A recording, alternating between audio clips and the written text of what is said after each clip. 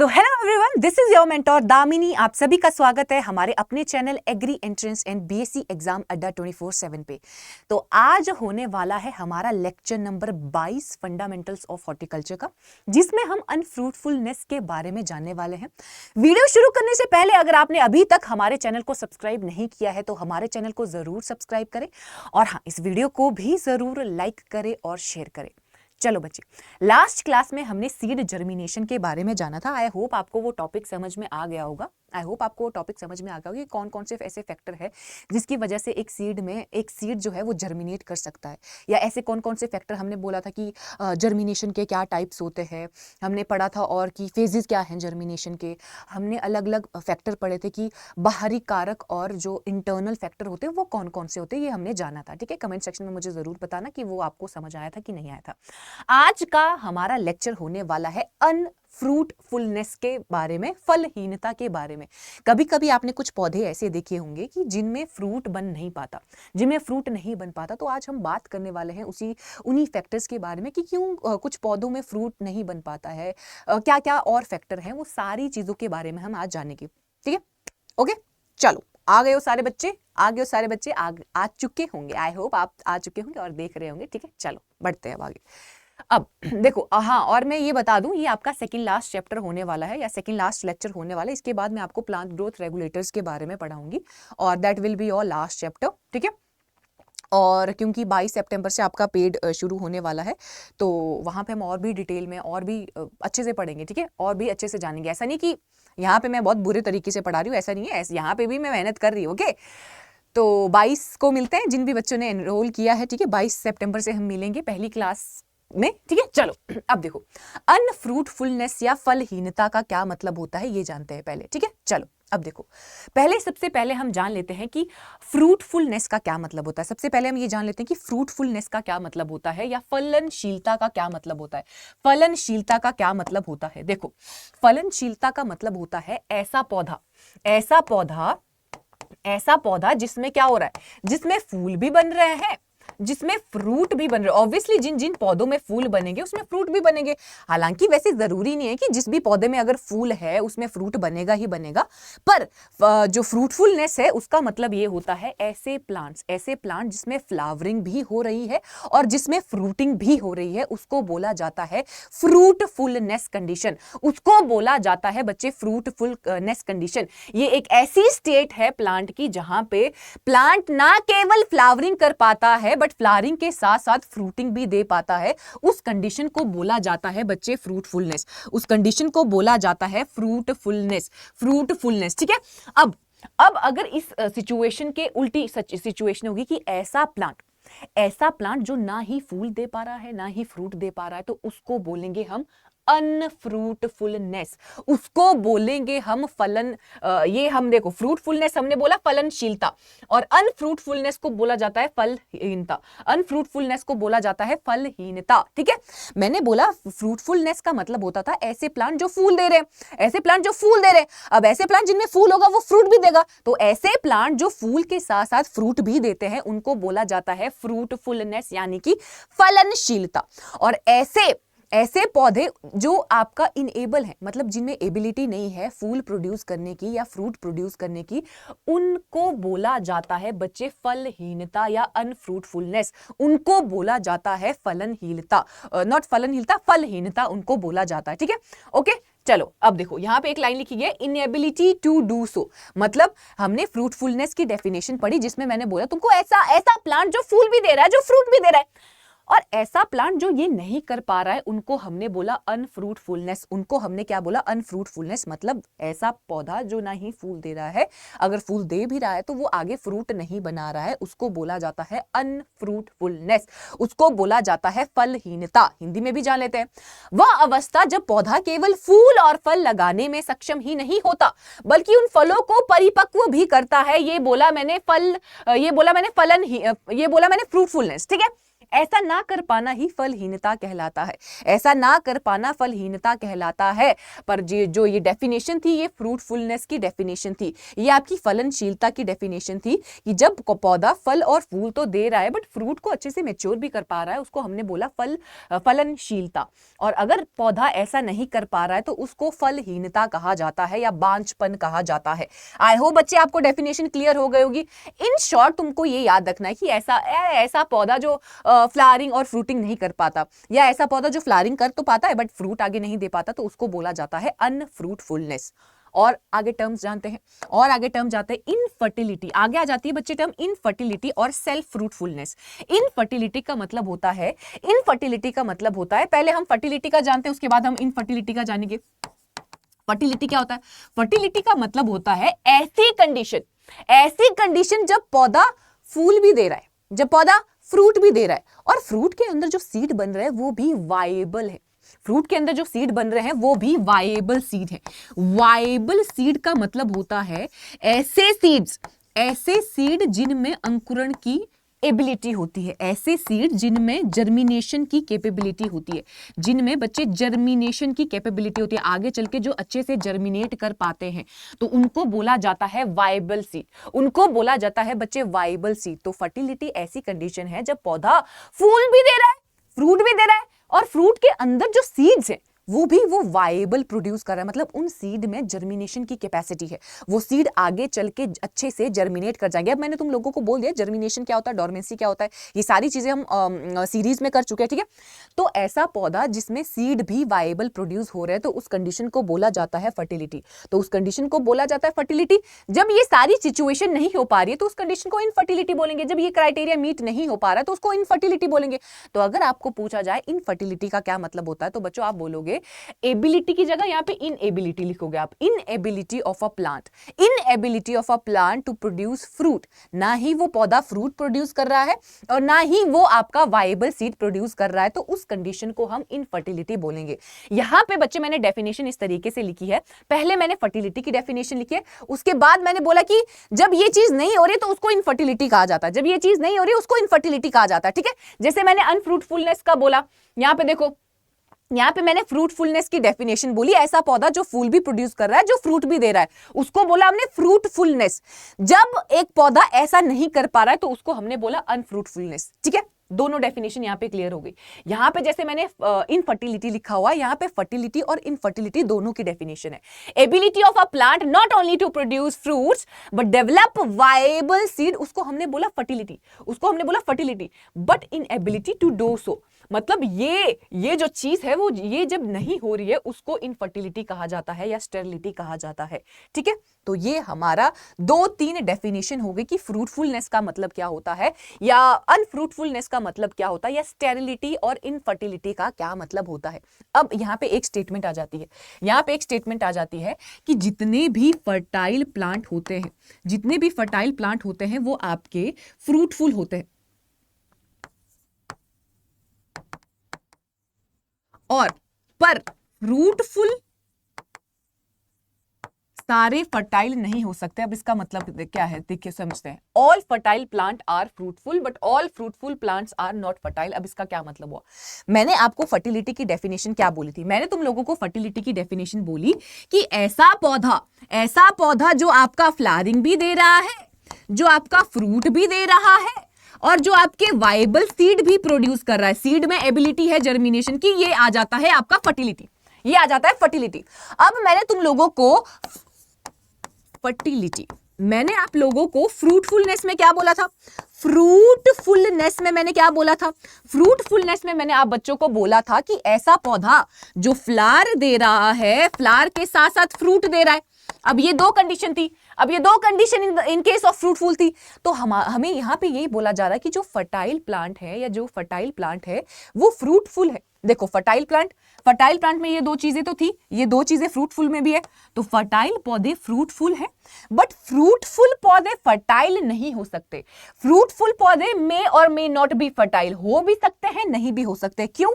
नहीं का क्यों बोला? जरूरी नहीं है कि जो फ्रूटफुल पौधे होंगे उनमें वायबल सीड होंगे, ऐसा भी हो सकता है कि जो फ्रूटफुल पौधे हो उनमें इनवायबल सीड प्रोड्यूस हो। तो यहां से आपको इन दोनों लाइन से आपको क्लियर हो जाना चाहिए कि फर्टिलिटी का मतलब होता है ऐसे प्लांट जो फ्लावर भी दे रहे हैं, जो फ्रूट भी दे रहे हैं और जो वायबल सीड भी दे रहे हैं।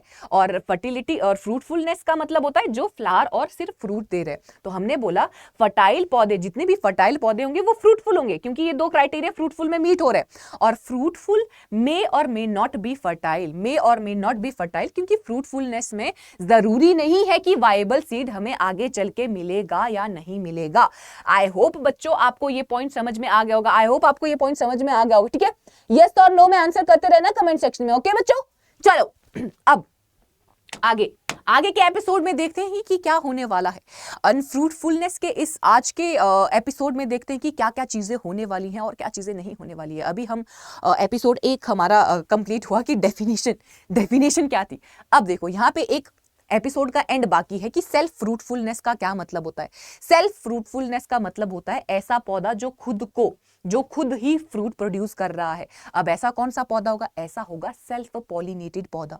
सेल्फ पॉलिनेशन, क्रॉस पॉलिनेशन क्या होता है, इन चीजों के बारे में बच्चों मैं आपको अच्छे से बता चुकी हूं पॉलिनेशन और फर्टिलाइजेशन वाले चैप्टर में, जिसमें मैंने आपको अच्छे से बताया कि पॉलिनेशन का क्या मतलब होता है, सेल्फ पॉलिनेशन क्या होता है, क्रॉस पॉलिनेशन क्या होता है।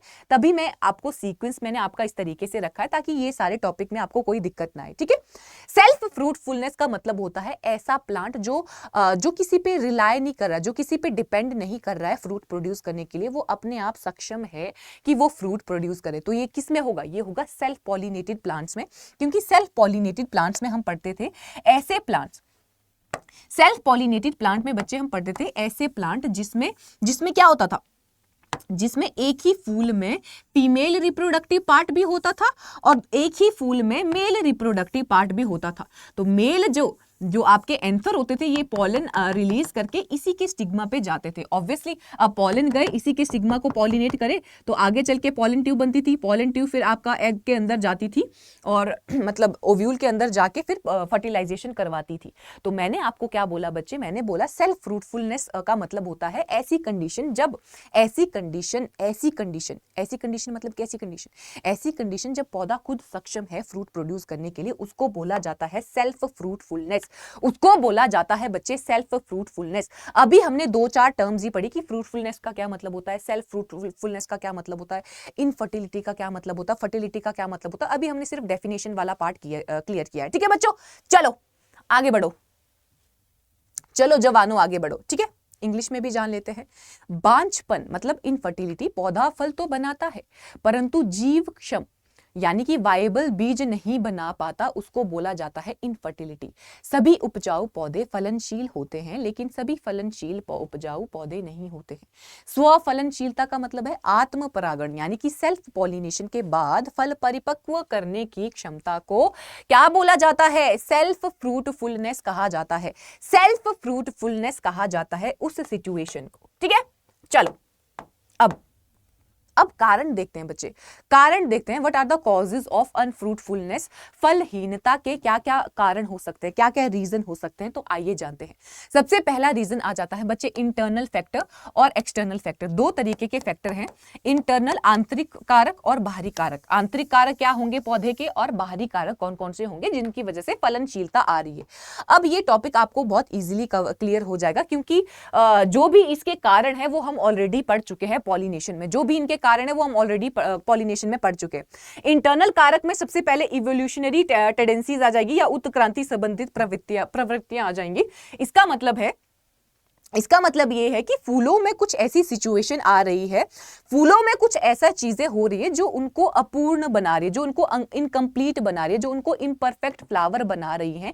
तो उस वजह से अनफ्रूटफुलनेस हो रहा है। मतलब फूल का ऐसा स्ट्रक्चर है, फूल का स्ट्रक्चर इस तरीके का है कि उसमें फ्रूटिंग नहीं हो पा रही है, फूल के स्ट्रक्चर में कुछ दिक्कतें आ रही हैं जिस वजह से उसमें क्या हो रहा है, फलहीनता आ रही है, उसमें अनफ्रूटफुलनेस आ रही है। तो इवोल्यूशनरी टेंडेंसी में हम क्या क्या क्या चीजें पढ़ने वाले हैं वो ऑलरेडी तुम लोगों को अभी तक आ जानी चाहिए।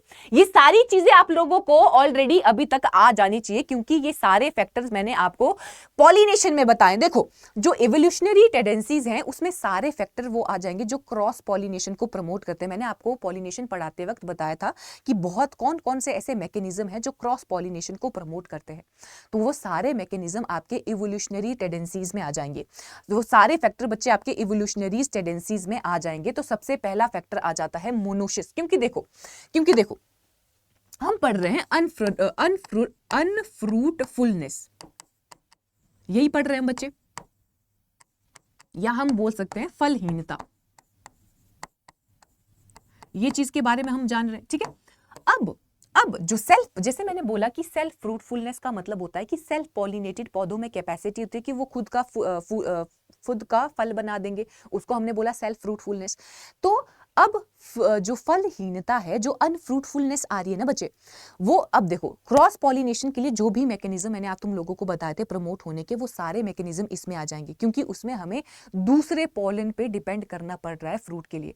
जिन भी चीजों में, जिन भी प्लांट में सेल्फ पॉलिनेशन होता है उनमें फ्रूटफुलनेस होता है, उनमें फलनशीलता होती है। और जो भी पौधों में क्रॉस पॉलिनेशन होता है उनमें हम बोल सकते हैं कि इनडायरेक्टली फलहीनता आ रही है, क्योंकि वो खुद अपना फ्रूट नहीं बना पा रहे, उनको दूसरे पॉलन पे रिलाय करना पड़ रहा है, दूसरे प्लांट के पॉलन पे रिलाय करना पड़ रहा है अपने फ्रूट बनाने के लिए। तो अगर हम कॉजेस की बात करें, क्या कारण है उस चीज का, तो जो भी मैकेनिज्म मैंने आपको बोले थे कि जो भी प्रोसेसेस क्रॉस पॉलिनेशन प्रमोट करते हैं, वो सारे के सारे मैकेनिज्म आपको यहां पे देखने को मिल जाएंगे। क्योंकि देखो जो भी आपका देखो जिन भी पौधों में क्रॉस पॉलिनेशन होती है वो खुद फ्रूट नहीं बना सकते, उनको फॉरेन पॉलन पे डिपेंड करना पड़ रहा है फ्रूट बनाने के लिए। तो हम वो सारे फैक्टर के बारे में इसमें जानने वाले हैं, देखो पहला फैक्टर आ जाता है मोनोशियस और डायोशियस नेचर। ये मैंने आपको क्रॉस पॉलिनेशन के केस में भी बताया था कि मोनोशियस प्लांट कौन से होते हैं और डायोशियस प्लांट कौन से होते हैं। तो याद करो, ये आपका एक तरीके से रिवीजन क्लास है बच्चे, क्योंकि इसमें सारे फैक्टर वही हैं जो क्रॉस पॉलिनेशन को प्रमोट करते हैं। अब तुमने अगर वो अच्छे से नहीं पढ़ा होगा, यहां क्योंकि मैं एनलिस्ट करने वाली हूं, ठीक है, यहां पे मैं एनलिस्ट करने वाली हूं, क्योंकि वो सारी चीजें मैं डिटेल में तुम लोगों को बहुत अच्छे से पढ़ा चुकी हूं। जिन भी बच्चों ने वो क्लासेस नहीं लगाई हैं बच्चे सीरीज में, इसीलिए मैंने क्लासेस लगाई हैं ताकि आगे चल के आपको बस मैं अगर टर्म भी बता रही हूं तो तुम लोगों को समझ आ जाना चाहिए वो, ठीक है। चलो, दो चीजें बच्चे हमने पढ़ी थी, मैंने आपको बताया था मोनोशियस और डायोशियस। मैंने बच्चे आपको बोला था मोनोशियस और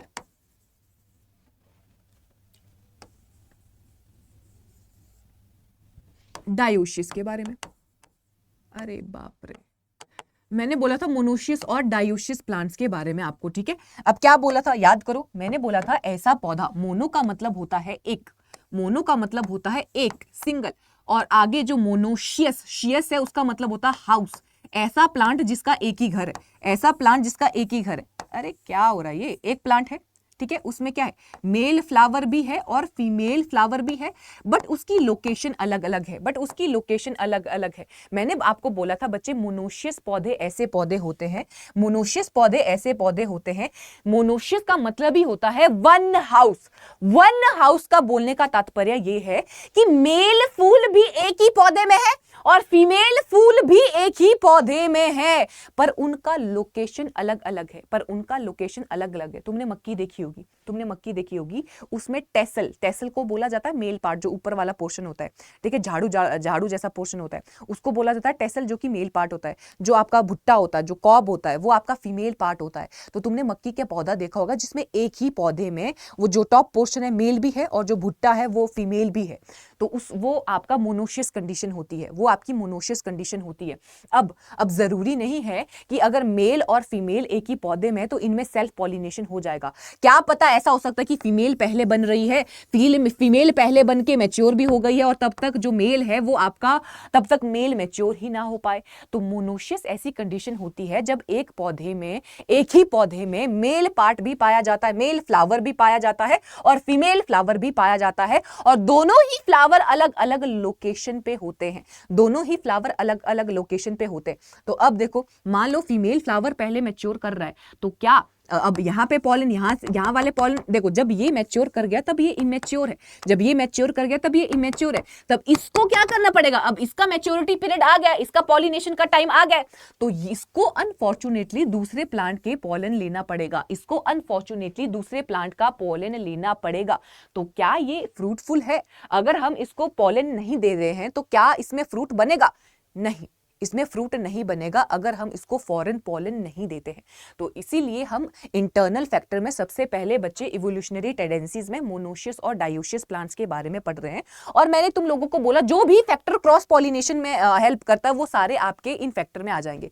तो मोनोशियस प्लांट ऐसे प्लांट होते हैं जिसमें फीमेल फ्लावर और मेल फ्लावर एक ही पौधे में पाए जाते हैं, और एक ही पौधे में पाए जाते हैं और अलग अलग लोकेशन में पाए जाते हैं। तो ये भी अनफ्रूटफुलनेस का कारण है, ये चीज भी अनफ्रूटफुलनेस का कारण है, क्योंकि कभी कभी ऐसा होता है फीमेल मैच्योर कर जाती है, मेल अभी मैच्योर नहीं कर पा रहा है, तो अब इसमें पॉलिनेशन का टाइम आ गया है, इसमें पॉलिनेशन का टाइम आ गया है, तो उसको अनफॉर्चुनेटली दूसरे पौधे का पॉलन लेना पड़ेगा। अब दूसरे पौधे का पॉलन जब इसको मिलेगा तब जाके ही इसमें आगे चल के फ्रूट बनेंगे, अपने आप से इसमें कोई फ्रूट नहीं बनने वाला है। तो ये बच्चे हमने बात करी मोनोशियस कंडीशन की। डायोशियस का मतलब होता है टू हाउसेस, डायोशियस का मतलब होता है बच्चे टू हाउसेस।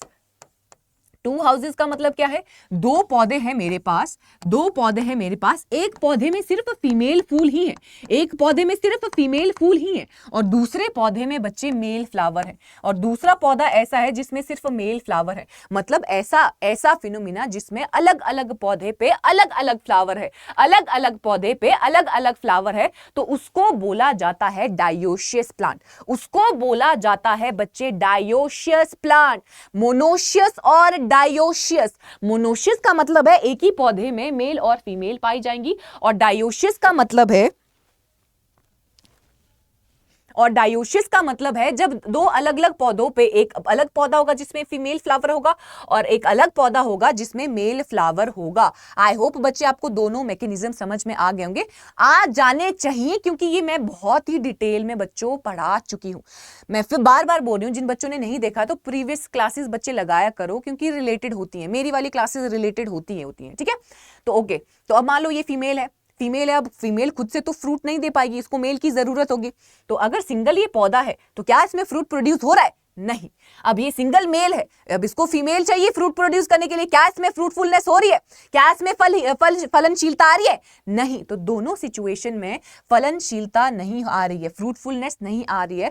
फलनशीलता कब आती है, फ्रूटफुलनेस कब आता है, फ्रूट कब बनता है? जब दूसरी जगह से पॉलन मैं यहाँ पे लगाऊंगी, दूसरे प्लांट से मैं पॉलन आके जब यहाँ पे छिड़कूंगी तब जाके यहाँ पे फ्रूट बनेगा। अगर मैं इसके पॉलन को फीमेल पे डालती हूँ तब जाके फ्रूट बनेगा। अगर मैं इस फूल को दूसरा कोई पॉलन देती हूँ तब जाके यहाँ पे फूल बनेगा।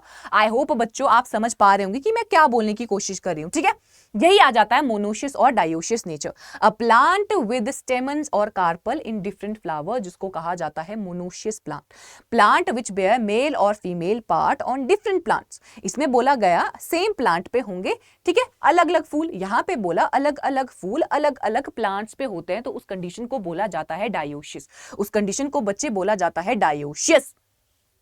मोनोशियस का मतलब है एकल ग्रह नहीं गृह, और डायोशियस का मतलब होता है द्विग्रह प्रकृति, ठीक है। एकल ग्रह यानी कि मोनोशियस पौधे में नर और मादा पुष्प एक ही पौधे पे अलग अलग जगह पे पाए जाते हैं, और द्विग्रह का मतलब है पौधे में नर व मादा पुष्प अलग अलग पौधे पे पाए जाते हैं, ठीक है। आई होप बच्चे ये पॉइंट क्लियर हो चुका होगा तुम लोगों को। नेक्स्ट पॉइंट आ जाता है बच्चे हिट्रोस्टाइली। अगला पॉइंट आ जाता है हिट्रोस्टाइली का। Heterostyly name suggest, as the name suggest, hetero means, अभी तक तुम लोगों को पता हो जाना चाहिए, हिट्रो का मतलब डिफरेंट। ये सारे प्रोसेसेस मैं यहाँ पे एनलिस्ट भी करवा सकती थी सीधा, मोनोशियस, डायोशियस, हिट्रोस्टाइली, पर मैंने यहाँ पे बताया है फिर भी, ठीक है। फिर बोल रही हूँ मैं, नहीं पता है तो प्रीवियस वो क्लासेस देखो। स्टाइली का मतलब होता है स्टाइल लेंथ।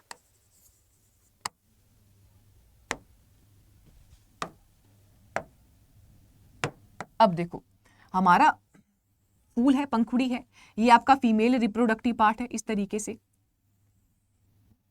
इस पोर्शन को स्टाइल कहा जाता था। इस पोर्शन को क्या बोला जाता था, स्टाइल कहा जाता था। ठीक है, जब पौधे में अलग अलग स्टाइल लेंथ पाई जाती है तो अलग अलग स्टाइल लेंथ की होने की वजह से, अलग अलग स्टाइल लेंथ होने की वजह से क्या होता है, देखो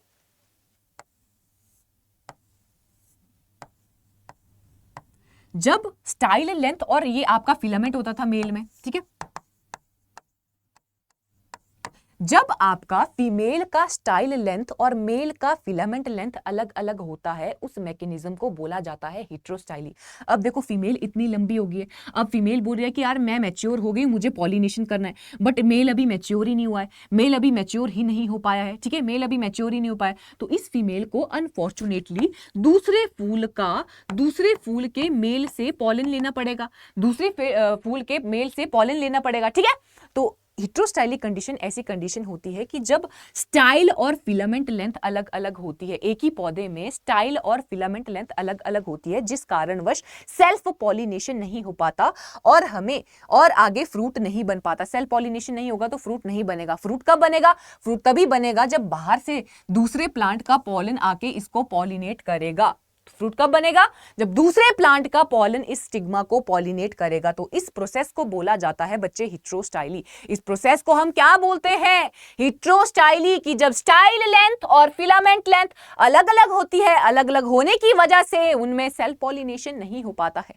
सेल्फ पॉलिनेशन नहीं होगा तो उसमें फलनहीनता आएगी, और उसमें फलनशीलता कब आएगी, जब हम दूसरे पॉलन के साथ उसको पॉलिनेट करवाएंगे। तो यही है हेटेरोस्टाइली, एक ऐसी कंडीशन जिसमें फ्लावर की लेंथ ऑफ स्टाइल अलग अलग है relative to the other part, differ in the flowers of different plants. ठीक है, हेटेरोस्टाइली एक ऐसी दशा है जिसमें एक ही प्रजाति के फूलों में वर्तिकाग्र की लंबाई अन्य अंगों की तुलना में भिन्न होती है, जिसमें आत्म परागण रुकता है, जिससे आत्म परागण का मतलब है सेल्फ पॉलिनेशन, जिससे रुकता है। इसीलिए फूल से फल नहीं बन पाता है, और फल तभी बनता है जब दूसरे पॉलन की डस्टिंग हम उस पे करवाते हैं, जब दूसरा पॉलन हम उस पौधे को दे देंगे, जब दूसरा पॉलन में दूसरे फ्लावर का पॉलन अगर मैं यहाँ पे वो डस्टिंग करूंगी तो उसके बाद ही इस फूल में क्या होगा, फ्रूट बनना शुरू होगा। तो जो भी मैकेनिज्म, देखो बच्चे इतना इजी टॉपिक है, जो भी मैकेनिज्म तुम्हारे क्रॉस पॉलिनेशन प्रमोट करते हैं वो सारे आपके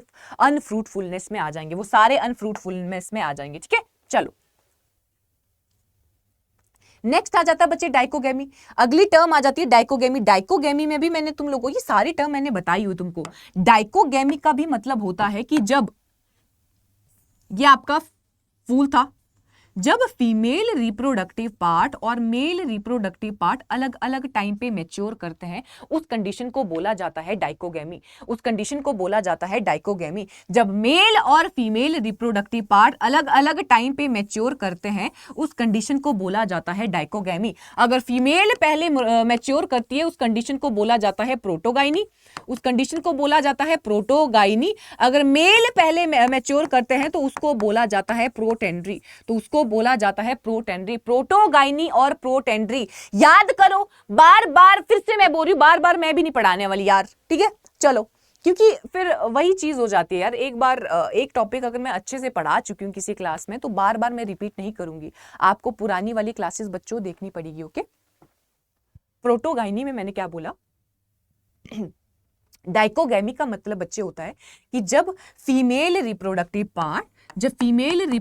पार्ट और जब मेल रिप्रोडक्टिव पार्ट अलग अलग टाइम पे मैच्योर करते हैं।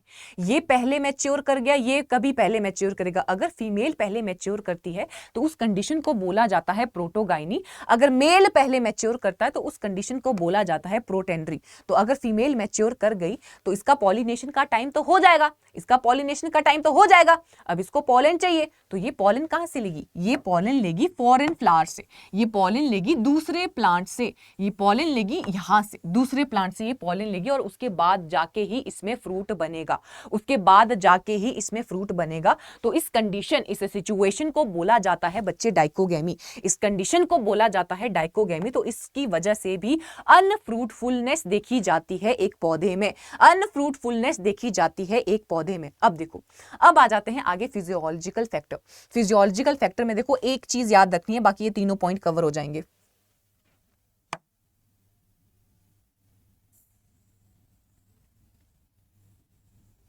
ये आपका फीमेल रिप्रोडक्टिव पार्ट बनाया मैंने, ठीक है। ये मैंने आपका आपका नहीं, फीमेल रिप्रोडक्टिव पार्ट बनाया है। इसके अंदर क्या बोला था हमने, इसके अंदर ओव्यूल होते थे, ओव्यूल होता था इस तरीके से, यहाँ पे 3 सेल एंटीपोडल होती थी, बीच में पोलर न्यूक्लियाई होता था, ठीक है। और यहाँ पे आपका एग एपरेटस होता था, जहाँ पे 2 सिनर्जिड और 1 एग होता था, 2 सिनर्जिड और 1 एग होता था, ये हरा वाला एग है, ठीक है। इस तरीके से हम जानते थे एक ओवरी का स्ट्रक्चर, ओवरी या फीमेल रिप्रोडक्टिव का स्ट्रक्चर, ठीक है। अब देखो अब क्या होता था, अब यहाँ पे ये चीज होती थी कि पॉलन आता था, पॉलन और स्टिग्मा इंटरेक्शन होती थी। ये पॉलन है, पॉलन के अंदर 2 मेल स्पर्म होते थे, तो डॉट डॉट मैंने मेल स्पर्म बनाए, ठीक है। थोड़ा और बड़ा बना देते हैं, दिखाई नहीं दे रहा इसमें।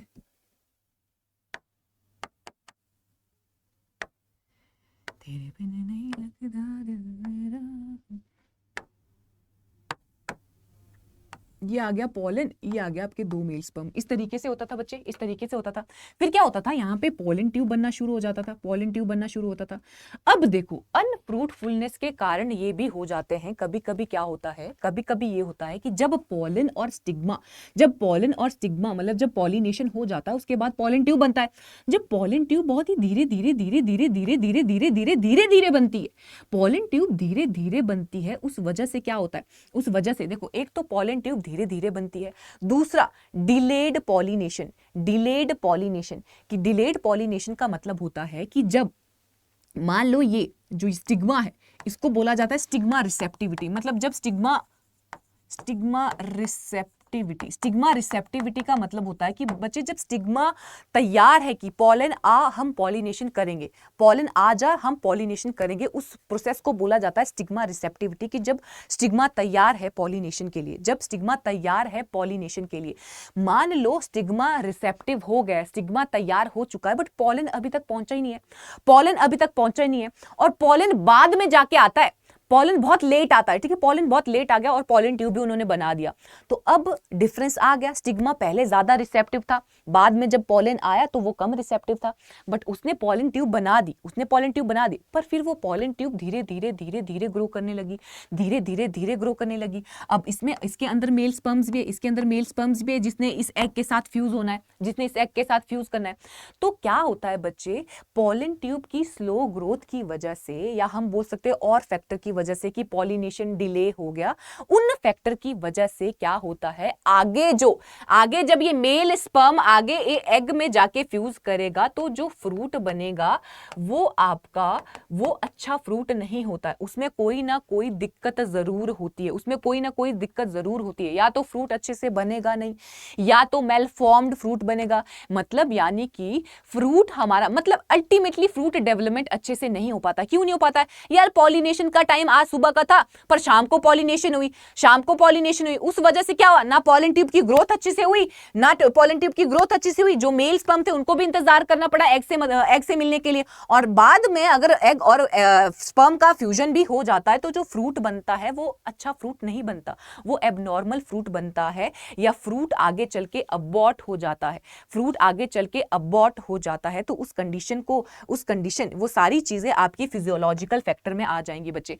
वो सारे के सारे फैक्टर आपके फिजियोलॉजिकल फैक्टर में आ जाएंगे कि स्लो पॉलन ट्यूब ग्रोथ की वजह से फ्रूट डेवलप नहीं हो पाता है, ठीक है। कि पॉलन ट्यूब तो बन गई, पॉलन ट्यूब बन गई और वो ग्रो ही नहीं हो पा रही है भाई, वो ग्रो ही नहीं हो पा रही है। देखो एक कंडीशन ये भी है कि पॉलन ट्यूब धीरे धीरे ग्रो हो रही है, पर वो इससे आगे ग्रो ही नहीं हो पाई, तो पॉलन ट्यूब अगर इससे आगे ग्रो ही नहीं हो पाई तो आगे कैसे चल जाएगी, वो तो आगे कैसे चल पड़ेगी, यहां तो नहीं जा पाएगी ना, एग तक तो नहीं पहुंच पाएगी, वो एग तक नहीं पहुंच पाएगी। तो स्लो पॉलन ट्यूब की ग्रोथ की वजह से, पॉलन ट्यूब की स्लो ग्रोथ की वजह से भी क्या होता है बच्चे, फ्रूट नहीं बन पाता। सोचो यहीं तक अगर पॉलन ट्यूब बनी है, मेल स्पर्म यहीं तक रह जाएंगे, तो अब एग तो बिना फ्यूज हुए चला जाएगा, एग में तो कोई फ्यूजन नहीं होगा, अगर एग में फ्यूजन नहीं होगा तो फ्रूट कैसे बनेगा।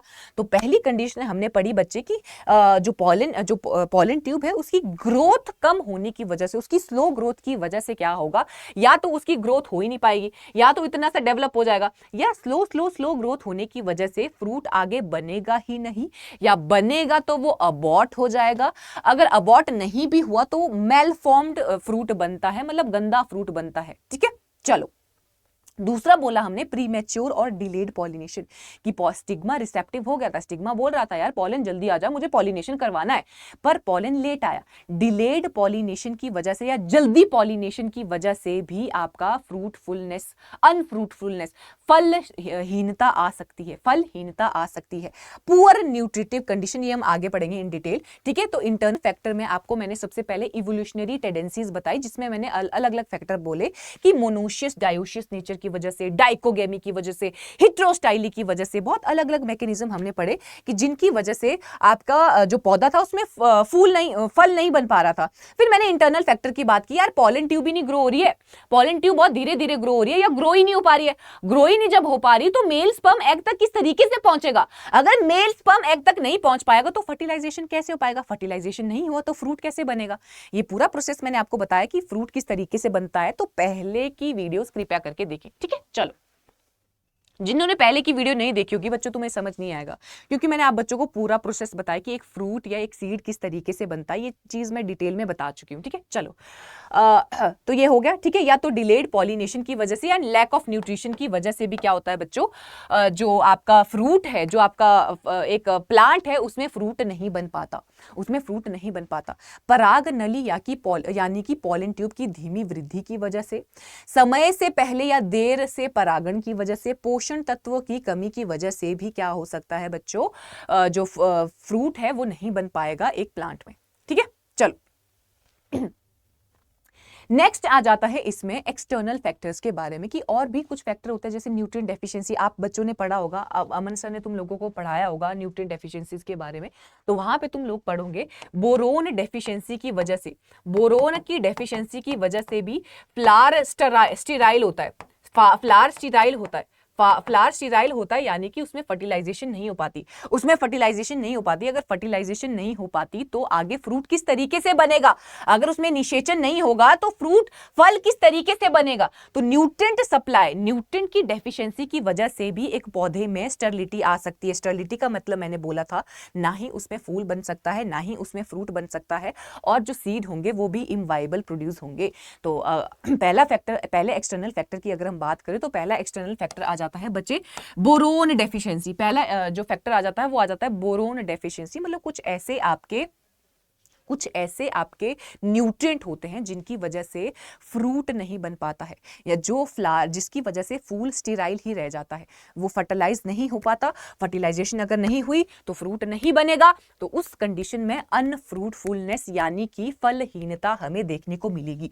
नाइट्रोजन डेफिशिएंसी की वजह से, नाइट्रोजन डेफिशिएंसी की वजह से भी बच्चे फ्रूट अनफ्रूटफुलनेस देखा गया है, अनफ्रूटफुलनेस देखा गया है, क्योंकि इसकी वजह से भी फ्लावर स्टेराइल होता है, इस वजह से भी बच्चे फ्लावर में स्टेरिलिटी पैदा होती है। आई होप आपको पहला पॉइंट समझ में आ गया होगा। दूसरा पॉइंट आ जाता है बच्चे प्रूनिंग एंड ट्रेनिंग। ये भी बच्चों मैंने तुम लोगों को अच्छे से बताया। ये जो था आज की, मुझे लगता है जैसे मैंने पीपीटी बनाई, मुझे ऐसा लग रहा था आज की सारी चीजें तुम लोगों को समझ आ जानी चाहिए, क्योंकि सारी चीजें मैं तुम लोगों को बता चुकी हूं ऑलरेडी। अब ट्रेनिंग और प्रूनिंग देखो, ट्रेनिंग और प्रूनिंग मैंने तुम लोगों को बोला था कि वेजिटेटिव ग्रोथ, वेजिटेटिव और रिप्रोडक्टिव ग्रोथ में अगर आप लोगों को बैलेंस आउट करना है या बैलेंस बनाना है तो आपको प्रूनिंग करनी पड़ती है। प्रूनिंग के लिए अगर आपको चाहिए कि यार मेरा एक प्लांट है जिसमें ऐसा ना हो कि सिर्फ पत्तियां ही बन रही है, पत्तियों के साथ साथ मुझे फूल भी चाहिए, तो उस ग्रोथ को मेंटेन करने के लिए हम प्रूनिंग ऑपरेशन करते थे। तो क्या पता आपने पौधों में प्रूनिंग की ना हो, क्या पता तुम लोगों ने प्रूनिंग की ना हो। तो अगर तुम लोगों ने प्रूनिंग नहीं की है तो उस सिनेरियो में भी ऐसा हो सकता है कि आपके पौधे में फूल आए ना, फूल नहीं आएंगे तो फ्रूट भी नहीं आएंगे, तो अल्टीमेटली अनफ्रूटफुलनेस कॉज हो रही है। ये बहुत इंपॉर्टेंट कारण आ जाता है। जो एक पौधा है उसमें ट्रेनिंग प्रूनिंग इसीलिए की जाती है कि वेजिटेटिव और रिप्रोडक्टिव ग्रोथ में बैलेंस आउट हो सके। वेजिटेटिव ग्रोथ का मतलब है शूट और लीफ की ग्रोथ, शूट और लीफ की ग्रोथ, और रिप्रोडक्टिव ग्रोथ का क्या मतलब होता है बच्चे? फ्लावर और फ्रूट की ग्रोथ, फ्लावरिंग और फ्रूटिंग, फ्लावरिंग और फ्रूटिंग, ठीक है बच्चे, फ्लावरिंग और फ्रूटिंग। जब हमें इन दोनों तरीके की ग्रोथ को बैलेंस करना होता है तो हम प्रूनिंग करते हैं। तो क्या पता ऐसा हो कि फार्मर ने प्रूनिंग और ट्रेनिंग ऑपरेशन किया ही ना हो। अगर उन्होंने ये नहीं किया है तो इसीलिए भी उनके पौधे में फूल नहीं बन सकते, इसीलिए भी ये हो सकता है कि उनके पौधे में फूल नहीं बन पाए हों, ठीक है बच्चों। उसके बाद आ जाता है लोकेलिटी, कि क्या जिस जगह पे तुमने वो पौधा लगाया है क्या वो फर्टाइल है, क्या उसमें उसको अच्छे से न्यूट्रिएंट मिल रहे हैं, क्या देखो कभी कभी ऐसे होता है कि न्यूट्रिएंट ना मिलने की वजह से, न्यूट्रिएंट डेफिशिएंसी, जो ये दोनों पॉइंट वैसे रिलेटेड है, न्यूट्रिएंट ना मिलने की वजह से भी आपका फ्लावर नहीं प्रोड्यूस हो पाता, कि न्यूट्रिशन ही उसको अच्छे से नहीं मिल पा रहा है। तो यही यहाँ पे लिखा गया है कि फर्टिलिटी भी वेरी करती है साइट के साथ। मतलब अब तुमने पता नहीं किस जगह पे पौधा लगाया है, क्या पता तुमने ऐसी जगह पे पौधा लगाया है, ऐसी जगह पे पौधा लगाया जहां पे फर्टिलिटी है ही नहीं, जहां पे फर्टाइल सॉइल है ही नहीं, ठीक है, जहां पे वो फ्रूट ग्रो ही नहीं हो पाता है, क्या पता तुमने वहां पे लगाया हो। तो अगर ऐसी कंडीशन है तो उस कंडीशन में भी आप अनफ्रूटफुलनेस एक पौधे में देख सकते हैं। लास्ट आ जाता है बच्चे सीजन। सीजन भी आपका अनफ्रूटफुलनेस कॉज करता है। मान लो क्या, मान लो ऐसा हुआ कि जैसे क्या बोलूं मैं, जैसे एप्पल है, एप्पल आपका आजकल मिलता है, एप्पल का सीजन आजकल का है, ठीक है, एप्पल का सीजन अगस्त सितंबर का, अगस्त सितंबर में तुम्हें फ्रूट मिलता है। तुमने क्या किया बच्चे, जिस टाइम पे एप्पल लगता था, मान लो मार्च में एप्पल लगा, मान लो, ठीक है, मान लो मार्च में एप्पल को हम लगाते हैं, ठीक है, फरवरी मार्च में मान लो हमने एप्पल को लगाया, तो मान लो फरवरी मार्च में हम एप्पल को लगाते हैं, तुमने नवंबर दिसंबर में एप्पल लगा दिया, पूरा सीजन ही उसका चेंज किया। जिस सीजन में वो लगता था उस सीजन के अलावा तुम किसी दूसरे सीजन में उसको लगा रहे हो। जैसे पैडी, जैसे धान का एग्जांपल लेते हैं, धान बरसात में लगता है, तुम उसको सर्दियों में लगा रहे हो, तो तुम्हें प्रोडक्शन मिलेगा? नहीं मिलेगा। तो यही बात यहाँ पे मैं कहना चाह रही हूँ कि सीजन के हिसाब से भी बच्चे ये चीज होगी। क्या पता तुमने अलग सीजन में पौधा लगा दिया हो कि जो सीजन में वो ग्रो ही ना होता हो। ऑब्वियसली अगर जिस सीजन में वो ग्रो ही ना होता हो तो किस तरीके से वो फूल दे देगा, किस तरीके से वो फ्रूट दे देगा। ठीक है बच्चों, तो आई होप आपको ये चारों पॉइंट समझ में आ गए होंगे कि न्यूट्रिएंट डेफिशिएंसी की वजह से भी एक पौधे में अनफ्रूटफुलनेस होता है, जिसमें मैंने आपको नाइट्रोजन और बोरोन का एग्जांपल दिया। फिर मैंने आपको बोला प्रूनिंग और ट्रेनिंग के बारे में कि यार अगर तुमने पौधे में प्रूनिंग और ट्रेनिंग नहीं की है, जो मेन कोर है, जो आपके कोर है वेजिटेटिव और रिप्रोडक्टिव ग्रोथ को मेंटेन करने के लिए, जिनकी वजह से आपका पौधे में पत्तियां भी आएंगी, शूट्स भी आएंगी, फ्लावर भी आएंगे, फ्रूट भी आएंगे, अगर तुमने वो करा नहीं है तो क्या उम्मीद लगाते हो तुम? क्या उम्मीद लगाते हो कि तुम्हारे पौधे में फूल आएंगे? क्या तुम ये उम्मीद लगाते हो तुम्हारे पौधे में फ्रूट आएंगे? नहीं, तुम्हें वो उम्मीद नहीं लगानी चाहिए अगर तुमने ये चीज नहीं की है। फिर मैंने बोला लोकेलिटी और सीजन के बारे में कि किस जगह पे तुमने वो फ्रूट लगाया है वो भी मैटर करता है, कि क्या पता तुमने ऐसी जगह पे लगाया हो जो फर्टाइल ही ना हो, जो उपजाऊ ना हो, तो वहां पे भी कैसे प्रोड्यूस होगा? तुम कैसे उम्मीद लगा सकते हो एक अनउपजाऊ एक इनफर्टाइल एरिया पे तुम्हें अच्छी खासा फूल मिल जाएंगे या फ्रूट मिल जाएंगे? नहीं, ऐसा नहीं हो सकता। क्या पता तुमने अलग सीजन, तुमने बोला धान मैं लगाऊंगा, धान यूजुअली लगता है, वैसे धान का एग्जाम्पल यहाँ पे गलत है, बट धान का तुम रिलेट कर लोगे इसीलिए मैं धान का एग्जाम्पल दे रही हूँ। धान लगता है मानसून में, पर तुम बोल रहे हो नहीं हमें लगाना है विंटर में, तो अब अगर ऐसा करोगे तो आगे धान कैसे मिलेगा धान? ठीक है, तो वही बोला जा रहा है कि सीजन पे भी डिपेंड करता है। क्या पता तुमने जो फ्रूट हमने मान लो सर्दियों में लगाना तो तुम गर्मियों में वो फ्रूट लगा रहे हो, तो इस वजह से भी ऐसे हो सकता है कि एक पौधे में अनफ्रूटफुलनेस देखी गई हो। ठीक है, चलो, पोषण तत्व की आपूर्ति कटाई छंटाई ना करने की वजह से भी हो सकता है। स्थल या जलवायु स्थान बदलने से उर्वरकता बदल सकती है। ऋतु मौसम अनुसार भी उर्वरकता बदल सकती है। ठीक है बच्चों, तो आज बच्चे हमने पढ़ा अनफ्रूटफुलनेस के बारे में, जिसमें हमने सबसे पहले डेफिनेशन वाला पार्ट कवर किया था कि फ्रूटफुलनेस का क्या मतलब होता है, अनफ्रूटफुलनेस का क्या मतलब होता है, फर्टिलिटी का क्या मतलब होता है, इनफर्टिलिटी का मतलब क्या होता है, सेल्फ फ्रूटफुलनेस का क्या मतलब होता है, ये हमने आराम से डिटेल में जाना। उसके बाद मैंने आपको कारण बताए, 2 कारण होते हैं इंटरनल और एक्सटर्नल फैक्टर। इंटरनल फैक्टर में बच्चों मैंने आपको इवोल्यूशनरी टेंडेंसी के बारे में बोला, जिसमें मैंने आप बच्चों को बोला कि यार जो भी चीजें, जो भी फैक्टर आपके क्रॉस पॉलिनेशन, जिन भी पौधों में क्रॉस पॉलिनेशन होती है, तो वो सारे अनफ्रूटफुलनेस में आ जाएंगे। और उनमें फ्रूट कैसे बनेगा? जब दूसरे पॉलिन के द्वारा वो पॉलिनेट किए जाएंगे। तो जो भी मैकेनिज्म मैंने तुम लोगों को पॉलिनेशन में पढ़ाए थे, जो मैकेनिज्म क्रॉस पॉलिनेशन को प्रमोट करते हैं, वो सारे मैकेनिज्म आपके इंटरनल फैक्टर के इवोल्यूशनरी टेंडेंसीज में आप लिख सकते हैं। इसके अलावा भी और फैक्टर मैंने बताए थे, वो भी आप यहाँ पे मेंशन कर सकते हैं। ठीक है, उसके बाद मैंने आपको बोला फिजियोलॉजिकल फैक्टर, कि यार ऐसा हो सकता है कि पुअर पॉलिनेशन हो, कि जिस टाइम पे स्टिग्मा रिसेप्टिव हो गया हो तब तक पॉलन पहुंचा ही ना हो, या पॉलन ट्यूब की ग्रोथ ही कम हो गई हो, वो स्पर्म एग तक पहुंचा ही ना हो, क्या पता न्यूट्रिशन की कमी की वजह से हो, ठीक है। उसके बाद हमने एक्सटर्नल फैक्टर पढ़े कि न्यूट्रिएंट की कमी की वजह से हो सकता है, या उसके बाद मैंने आप लोगों को बोला प्रूनिंग ट्रेनिंग ना करने की वजह से, लोकेलिटी और सीजन के चेंज होने की वजह से भी ये सारी चीजें हो सकती हैं। आई होप बच्चे आपको आज का लेक्चर समझ में आया होगा। समझ में आया होगा तो लाइक जरूर करें, अपने यार दोस्तों में जरूर शेयर करें, ठीक है। और आज का टॉपिक ऐसा था ना बच्चे, ये मुझे लगता है कि जितनी मेहनत थोड़ी बहुत मेहनत मैंने की है ये भी नहीं मुझे करनी चाहिए थी, क्योंकि ये सारी की सारी चीजें मैं ऑलरेडी पढ़ा चुकी हूँ, एक्सेप्ट कि भाई अनफ्रूटफुलनेस का मतलब क्या होता है। बाकी जो भी इसके अंदर की चीजें थी वो मैं सारी पढ़ा चुकी हूँ आपको। सारी ट्रेनिंग प्रूनिंग क्यों करनी चाहिए, न्यूट्रिएंट डेफिशिएंसी के बारे में मैंने आप लोगों को बताया। मैंने तुम लोगों को वो सारे फैक्टर जो इवोल्यूशनरी टेंडेंसी में हमने पढ़े, जो क्रॉस पॉलिनेशन को प्रमोट करते हैं, वो सारे फैक्टर के बारे में मैंने तुम्हें बताया। चलो, आई होप आपको ये वीडियो पसंद आएगा। और जो भी बच्चे, अब 22 सितंबर से हमारा पेड बैच शुरू होने वाला है, बहुत जल्द हम लाइव क्लासेस में मिलने वाले हैं। तो जिन भी बच्चों ने पेड कोर्सेज में एनरोल किया है तो मिलते हैं बच्चों 22 सितंबर को, मंडे से हम मिलने वाले हैं। और हाँ, अगर आप भी हमारे पेड बैच को ज्वाइन करना चाहते हैं, अभी भी टाइम है, अगर आपको ज्वाइन करना है तो आप हमारे पेड बैचेस में एनरोल हो सकते हैं। आपको करना क्या है, मैक्सिमम डिस्काउंट के लिए आपको ये कूपन कोड याद रखना है, जिसमें आपको Y1020 ये कूपन कोड का इस्तेमाल करना है। इस कूपन कोड को आपको इस्तेमाल करके मैक्सिमम डिस्काउंट मिलेगा। अब मैं थोड़ा प्रोसीजर भी बता देती हूँ आपको, किस तरीके से आपको एनरोल करना है, ठीक है, किस तरीके से आपको एनरोल करना है। 2 दिन बच गए हैं बच्चों, ठीक है। अगर आपको पेड बैचेस में आना है, जहां पे आपको मतलब आपके फर्स्ट सेमेस्टर में जो भी कोर्सेज हैं वो आपको मिल जाएंगे देखने को, जो आपका डाउट था कि रूरल सोशियोलॉजी, ठीक है, एग्रीकल्चर, हेरिटेज, वो सारे कोर्सेज आपको मिल जाएंगे। आपको सबसे पहले बच्चे क्या करना है, गूगल पे जाना है। गूगल पे जाने के बाद आपको क्या करना है, अड्डा 24/7 पे जाना है, सर्च करना है। अड्डा 24/7 सर्च करने के बाद आपको यहाँ पे जाना है, ये इंटरफेस दिखाई देगा, यहाँ पे जाओ। यहाँ पे जाने के बाद आपको ऑल कोर्सेज में जाना है, जहां पे आपको हमारा अपना एग्रीकल्चर दिखेगा। ये एग्रीकल्चर दिखने के बाद आपको यहां पे दिखेगा बीएससी सेमेस्टर।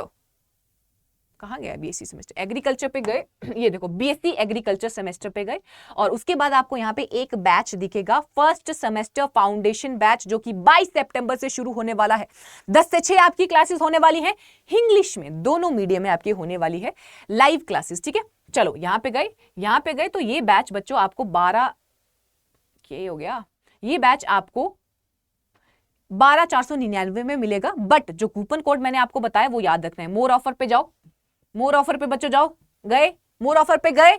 अब देखो कूपन कोड जो मैंने बोला था वो लगाओ, यहाँ पे वो वाला कूपन कोड लगाओ। क्या बोला था मैंने, Y1020 ये कोड लगाओ, अप्लाई करो। अप्लाई होने के बाद आप देख पा रहे हो ये बैच आपको इतने में मिल जाएगा, इतने में आपको ये बैच मिल जाएगा बच्चों। तो ये चीज याद रखनी है, ठीक है।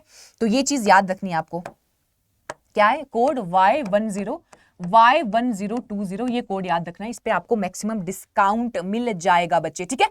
चलो, हो गया, पता चल गया आपको, ठीक है। और जो भी बच्चे बेटा, जो भी बच्चे मेरे टेलीग्राम पे नए हैं, तो मेरे टेलीग्राम चैनल को जरूर ज्वाइन करें। लिंक आपको डिस्क्रिप्शन में मिल जाएगा, डिस्क्रिप्शन पे जाओ, वहां पे लिखा होगा ज्वाइन दामिनी मैम चैनल, ठीक है। वहां पे आपको मेरे चैनल का लिंक मिल जाएगा और उसको ज्वाइन कीजिए। और अभी तक अगर आपने हमारे channel agri entrance and BSc exam Adda को सब्सक्राइब नहीं किया तो उसको जरूर सब्सक्राइब करें। और हाँ, मिलते हैं नेक्स्ट क्लास में, लास्ट क्लास इसके बाद हमारी होगी प्लांट ग्रोथ रेगुलेटर्स के बारे में। तो इसके बाद हमारा लास्ट सेशन होने वाला है। तो बाकी पेड क्लासेस में मिलते हैं 22 सितंबर को, मंडे को मिलते हैं, जिन भी बच्चों ने एनरोल किया है। तो तब तक के लिए बाय बाय और टेक केयर।